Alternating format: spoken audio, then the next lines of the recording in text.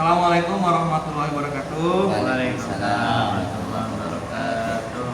Pak Abe, Pak Rusyadi, Pak Ustadz, guru saya Pak Ustadz Nurdin, dokter saya Pak Suratman Eskep.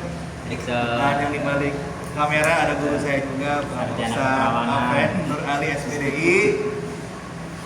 Izin saya ingin ngobrol-ngobrol sedikit tentang sekolahan. Intinya adalah ingin melihat dan memotret gimana nih, sejauh mana pemahaman dari bapak-bapak di sini mengenai konsep yang selama ini siswa kita pelajari di sekolah tentang Pergub Merdeka, tentang pendidikan yang memerdekakan.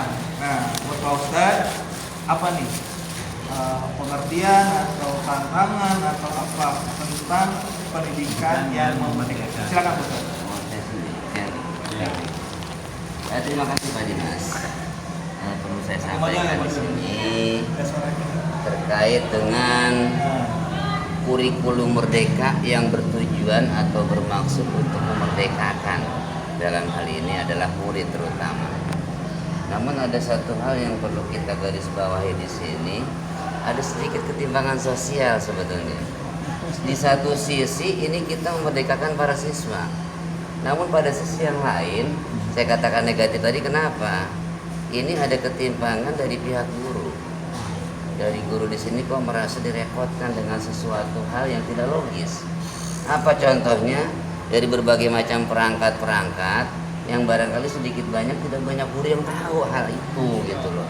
Yang untuk menunjang kurikulum semacam ini. Jadi saya kira negatifnya semacam itu saja. Oke, kalau ke anak-anak barangkali saya setuju. Tapi kalau untuk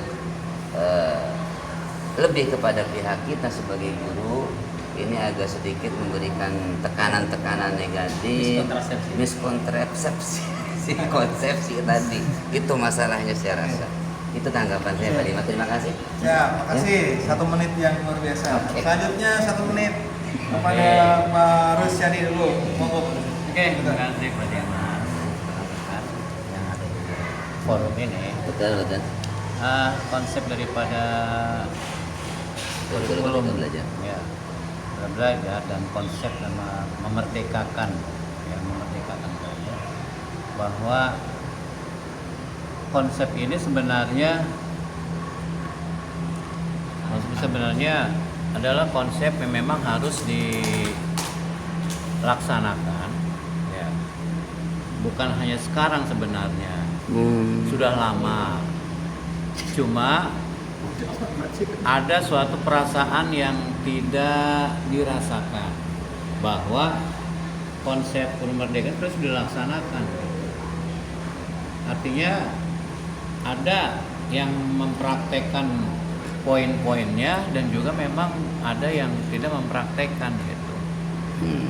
Kembali kepada guru itu sendiri, berasal dari latar belakang pendidikan apa dia mendapatkan sertifikat atau guru itu, ya. Nah, nantinya itu akan menjadi suatu landasan di situ, suatu patokan di situ. Maka oleh karena itu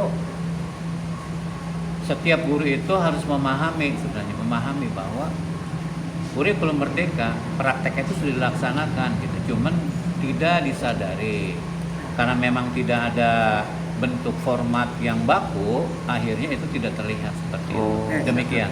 Terima kasih. Ada Pak Jadi. 1 menit selanjutnya dari Pak Suratman Eskep.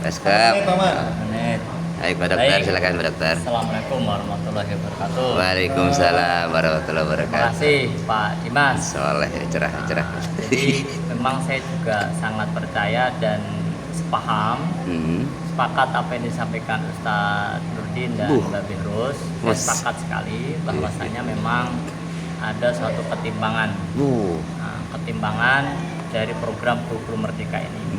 Sependek yang saya paham Pak Dimas, tentu di dalam kurikulum merdeka ini sebetulnya punya tujuan yang baik, adalah meningkatkan kecerdasan dan mutu anak bangsa. Itu sebenarnya tugas utama. Tetapi yang jadi masalah kenapa ini tidak terasa, bahkan ini tidak ada manfaatnya adalah belum ada namanya kesiapan yang seimbang. Anak sudah diwajibkan menggunakan teknologi, tetapi guru tidak dibekali dengan teknologi. Nah ini yang harus kita kita harus siapkan betul-betul, supaya apa yang diidolakan oleh sang deklamator Ki Hajar Dewantoro itu adalah merdeka itu bebas, Pak. Bagaimana merdeka itu siswa memang bebas mengeksplorkan apa yang dimiliki. Itu sebetulnya Pak konsepnya. Tetapi kenapa tidak terasa, bahkan menjadi suatu musibah besar adalah anak tidak dibekali dengan teknologi, dengan adab bagaimana menggunakan teknologi, tetapi dipaksa untuk pakai itu. Akhirnya anak tidak merasa bahwa di dalam HP yang pintar itu banyak yang bermanfaat positif, tetapi anak cenderung menggunakan hal negatif. Betul. Seperti contoh Pak, kemarin saya melihat dan menanyakan anak-anak kelas 11, saya bilang, ketika ada suatu fenomena, ada kabar bangun masjid sama anak diperkosa, mana yang di googling pertama? Tentu semua anak menjawab, anak yang diperkosa Pak. Itu adalah konsep ide yang memang agak senonoh dan yang terasa Pak. Artinya Pak, di dalam HP pintar itu semua ada Pak. Semua.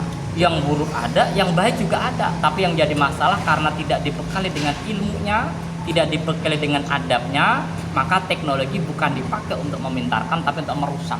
Nah, ini yang saya pikir. Betul. Jadi itu yang saya rasakan. Masya Allah. Merdeka memang harus, tetapi dibekali juga penting. Betul. Jadi supaya seimbang. Begitu Pak. Soleh. Oke, terima kasih Pak Dimas. Soleh. Dengan Pak Ustaz. Masya Biar Allah. kami. Udah gini yang kita. Cukup. Baik. Ya. Terima kasih Pak Ustaz Nurdin dan Pak Kamera. Ya, terima kasih sama-sama. Pak Ustadman, Betul. ini saya menyampaikan tentang konsep pemahaman pendidikan yang memerdekakan ya. Kenapa sih digaungkan, bagaimana pendidikan itu yang memerdekakan seperti apa? Sebenarnya yang menjadi visi, tujuan, intisari daripada pendidikan yang memerdekakan adalah bagaimana sekolah memberikan unsur kebebasan kepada murid. Betul, ini kotor. Coba ini. Jadi memberikan unsur kebebasan. Nah, arti di sini bukan kebebasan yang seperti apa, tapi justru kebebasan kepada murid dalam menentukan lakon. Tugas kita sebagai among menebalkan laku mereka. Dilaku ya. Dilaku. Ya, laku mereka, lakon mereka. Lakon. Kita bebaskan mereka bagaimana mereka mengembangkan potensinya mereka, minatnya. Kita sebagai penuntun. Nah, jadi kemerdekaan di sini adalah bukan arti kebebasan secara yang kita pahami, tapi bagaimana sebenarnya merdeka itu adalah berpijak di kaki sendiri. Berpijak di kaki sendiri dan jelas tujuan anakmu mau kemana. Itulah sebenarnya siswa yang merdeka seperti itu.